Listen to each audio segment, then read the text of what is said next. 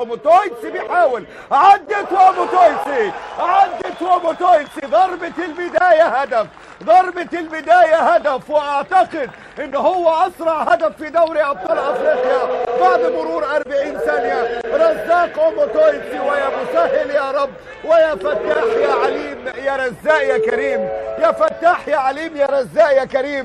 لسه يدوب نادي الزمالك بيفتتح المباراة، الاباتشي برادار متميز وبرادار ممتاز جدا من محمود عبد الرازق فضل الله، زكي عدل، والاباتشي الرادار ظبط، ورزاق اوموتويتسي الكينج كونج استغل القوة الجسمانية واستغل الدهاء اللي ربنا اداهوله. واوموتويتسي والزمالك 1-0. افريكا سبورتس، ويا فتاح يا عريم يا رزاق يا كريم، خلي الزمالك يبدأ المباراة. يا ولد يا اباتشي، يا ولد يا رزاق. 1 الزمالك لا شيء افريكا سبورتس. 1-0.